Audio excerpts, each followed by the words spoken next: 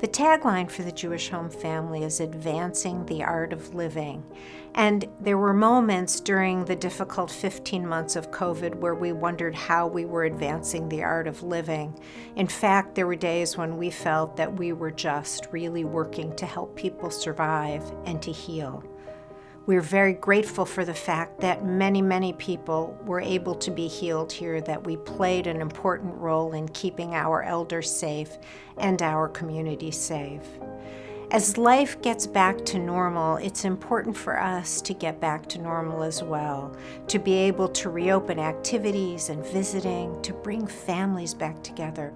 One of the things that has never changed for us through all of the challenges of COVID has been our commitment to deep knowing of our elders, to understanding who they are and what their lives have been, because the people that they are today are a reflection of the lives they have led, and it's important for us to understand that, to enable us to better meet people's needs and to serve them in the way that they truly deserve.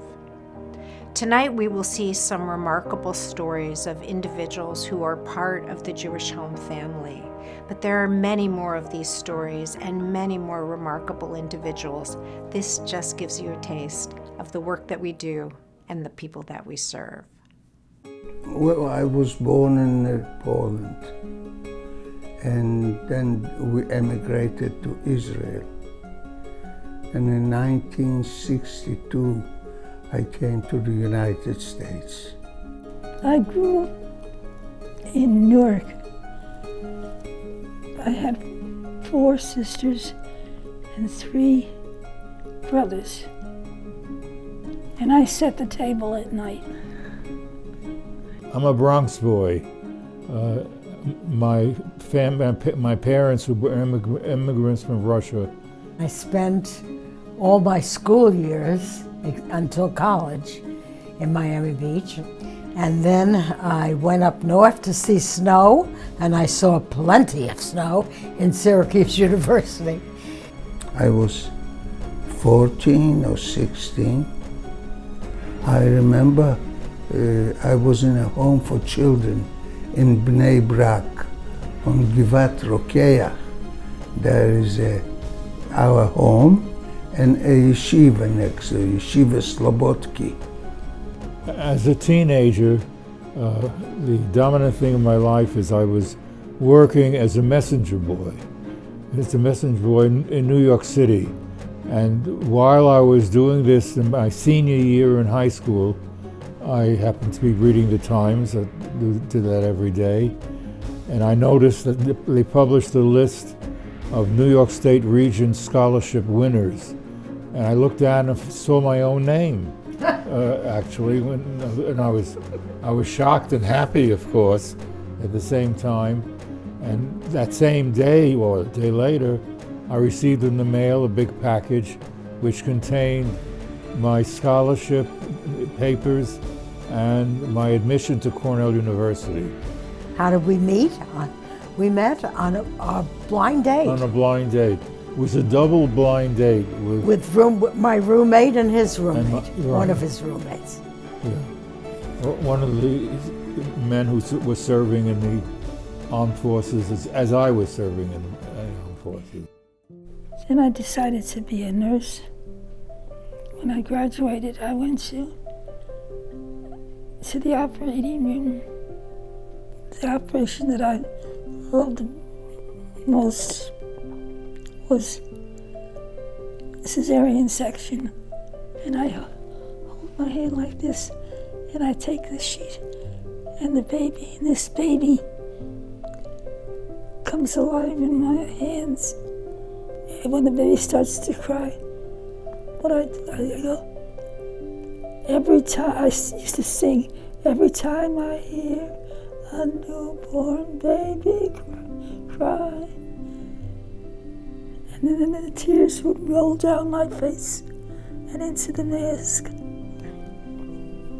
So that was my joy. I loved. I had a good voice then. I worked in New York, and I walked from the Port Authority, 8th Avenue, and 42nd Street to Madison Avenue and 60th Street every single day of the year, except when it was raining hard. Snow, I like to walk in snow. Every day I took a different avenue. She's got a Look lot at of these beautiful pictures of pictures. it. Yeah, that's, my mom looks very young. I was very young. Right. Yeah. All right, so now Jordan is born. That little chunky monkey is Jordan. Yeah, and these, Dad, you recognize these people, right? These are your parents. My mother and father. And this, I think, is that Aunt Molly? Yeah, Tante Molly. There I am. I have entered the scene. Yeah. Yeah. And here's Uncle Ben, right? Yeah. And this must have been all clothing from Uncle Ben's store and from Grandma and Pop's Oh yeah, store. my parents, they made a living. They owned the children's wear store, so all our clothing for 3 generations came from that store. And here are you guys. This must have been what you wore to his bar mitzvah, I think. Must have been. We look great. You look great. Yeah, very We look long, great. Very We look long very- sideburns there, Dad. Yeah, this is the 1960s Yeah, it looks when like men had long sideburns. I think you look like Elizabeth Taylor in this picture. I should have her money. Where were you at this picture? This I looks don't really old. remember. Yeah, I look pretty good there. Yeah, you do. It was grandma's mink stove. Grandma's mink stove? Okay. He's a good man, very understanding, and he's very alert. He tell you what he wants, and like I've been with him long, so I know what he wants. When he wants to go outside, you know, and when it's time to watch his show he likes, we watch it together, we laugh. I'm listening Erev Shabbat on as JBS. I listen the services from Hampton Synagogue. Judy has a tape recorder that she has beautiful music. Among them was Barbara Streisand singing Avinu Malkeinu. She was a Eucharistic minister in church and a song leader, and she is treated like family here.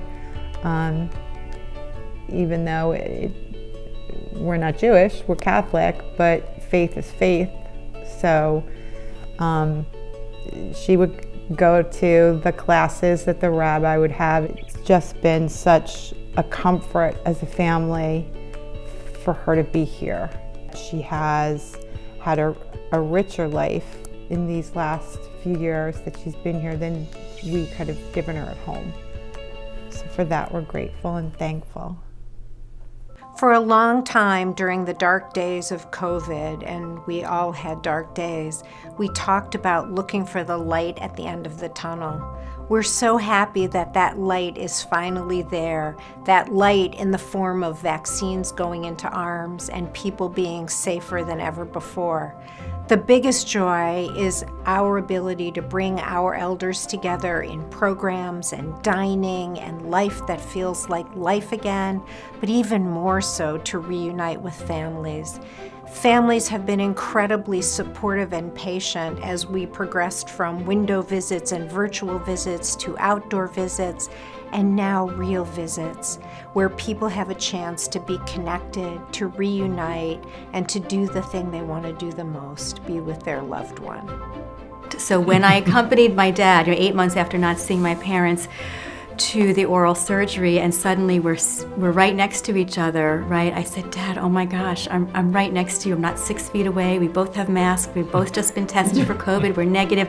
I can give you a hug. And I gave him a hug, and I'm not particularly emotional most of the time, but I gave him a hug, and I literally burst into tears in the doctor's office, and the poor receptionists were like, are you okay? You know, did something happen? I said, I have not touched him and given him a hug for 8 months. I know, thinking about it.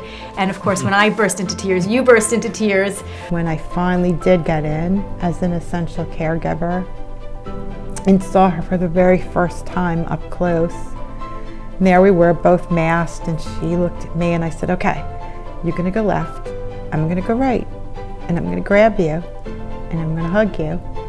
And she let out this sigh. It was like months and months of holding her breath.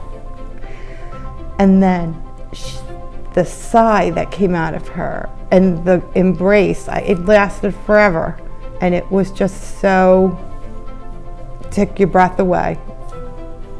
Do you remember that? Yeah. How could I? Yeah. It was just physically a missing and a craving that I didn't even realize was there until I was able to hug you again. So, and I got finally a chance much later to give you a hug. Yes. But As you can tell, we're very close. It's a close family. Close family. As we look to life returning to normal, we also are so excited to see new things happening for the Jewish Home family. One of the most significant things, of course, is the opening of our new Center for Rehabilitation Excellence. Throughout the last 15 months, the work on this new and amazing rehab center has continued unimpeded, and we are so looking forward to a fall opening to be able to provide premier rehabilitation services on our Rockley campus. We know that for a long time we have been and will continue to be an extraordinary rehabilitation provider, but now we will have the facilities and the modalities available to match those services with the level of care we provide.